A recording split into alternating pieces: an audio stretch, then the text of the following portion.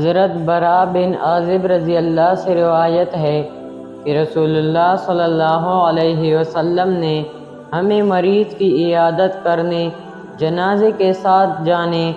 چینکنے والی کی چینک کا جواب دینے، قسم کو پورا کرنے، مظلوم کی مدد کرنے اور دعوت دینے والی کی دعوت کو قبول کرنے اور سلام کو پھیلانے کا حکم فرمایا۔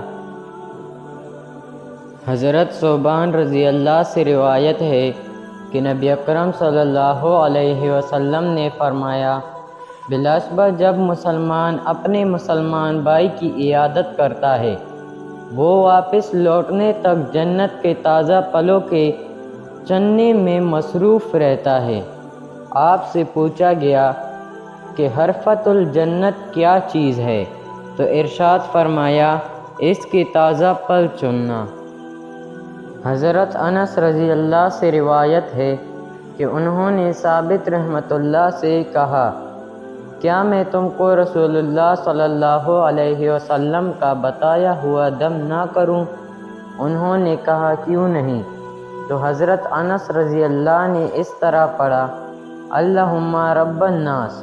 اے اللہ جو لوگوں کا رب ہے، دکھ کو دور کرنے والا ہے، تو شفا دینے والا ہے، شفا عنایت فرما، تیرے سوا اور کوئی شفا دینے والا نہیں، ایسی شفا دے کہ بیماری کو بالکل ختم کر دے۔ حضرت عائشہ رضی اللہ سے روایت ہے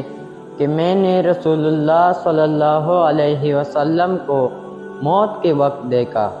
کہ آپ صلی اللہ علیہ وسلم کے پاس ایک پیالہ تھا جس میں پانی تھا،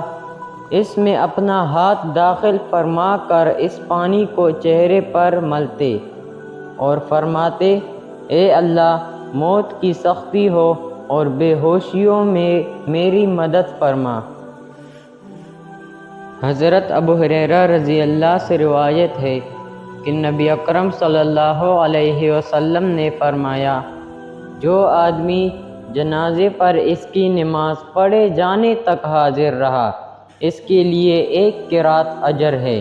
اور جو دفن تک موجود رہا، اس کے لیے 2 قرات۔ آپ صلی اللہ علیہ وسلم سے عرض کیا گیا کہ قرات کیا ہے؟ آپ صلی اللہ علیہ وسلم نے فرمایا، 2 بڑے پہاڑوں کے برابر۔ حضرت عائشہ رضی اللہ سے روایت ہے کہ رسول اللہ صلی اللہ علیہ وسلم نے فرمایا، جس مسلمان میت کا مسلمان کی اتنی تعداد جو 100 تک پہنچ جائے، وہ نماز ادا کرے اور اس کے لیے سفارش کرے تو ان کی سفارش قبول کی جاتی ہے۔ حضرت عبداللہ بن عباس رضی اللہ سے روایت ہے کہ رسول اللہ صلی اللہ علیہ وسلم نے فرمایا، جو مسلمان فوت ہو جائے اور اس کے جنازے پر 40 آدمی ایسے ہو جو اللہ کے ساتھ کسی چیز کو شریک نہ ٹھہراتے ہو، تو اللہ تعالیٰ ان کی شفاعت اس کے حق میں قبول فرماتے ہیں۔ حضرت ابو سعید خدری رضی اللہ سے روایت ہے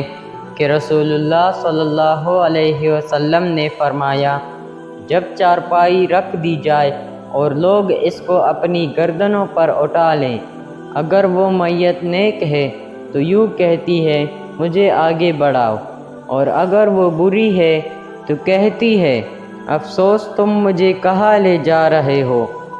اس کی آواز انسان کے سوا ہر چیز سنتی ہے، اگر انسان سن لے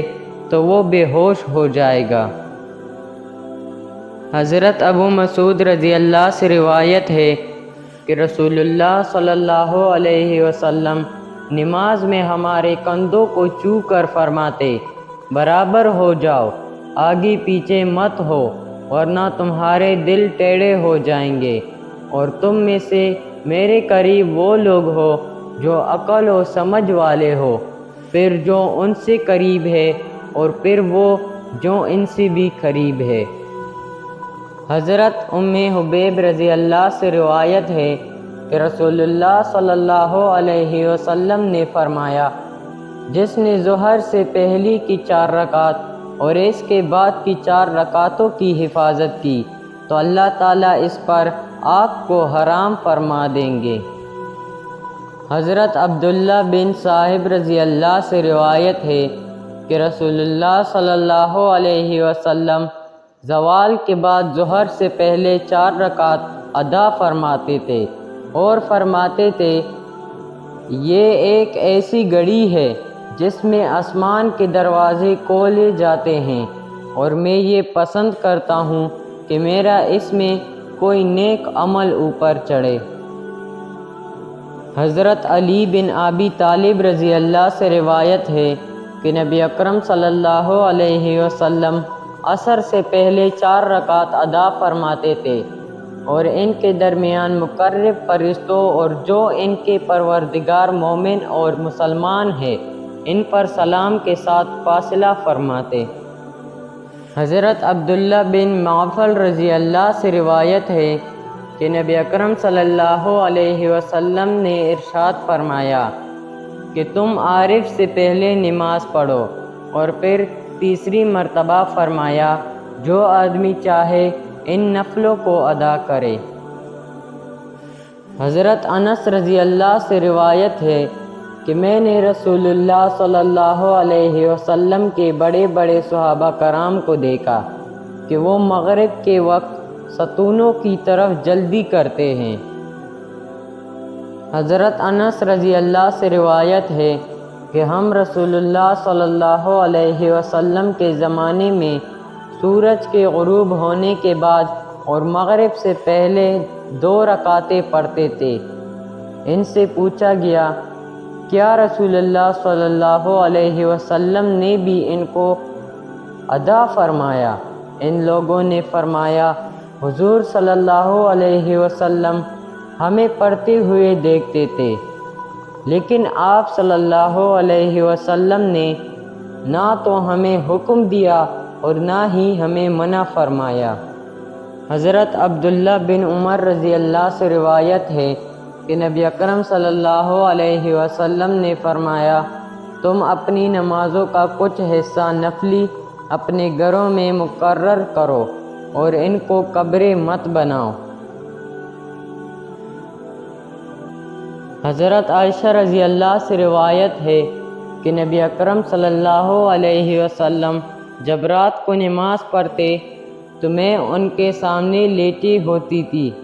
جب وتر باقی رہ جاتے تو مجھے جگا دیتے، بس میں وتر پڑھ لیتی۔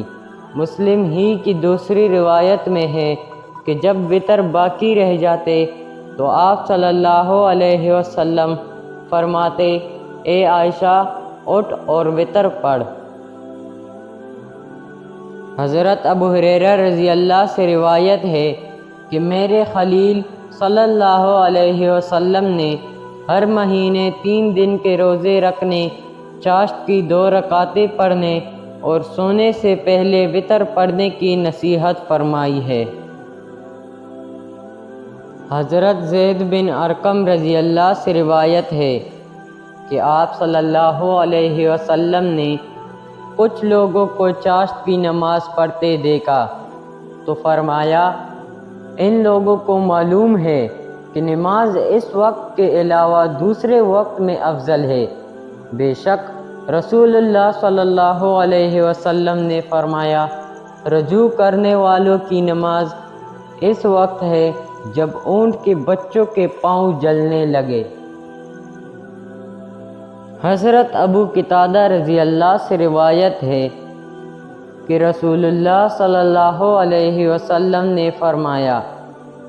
جب تم میں سے کوئی مسجد میں داخل ہو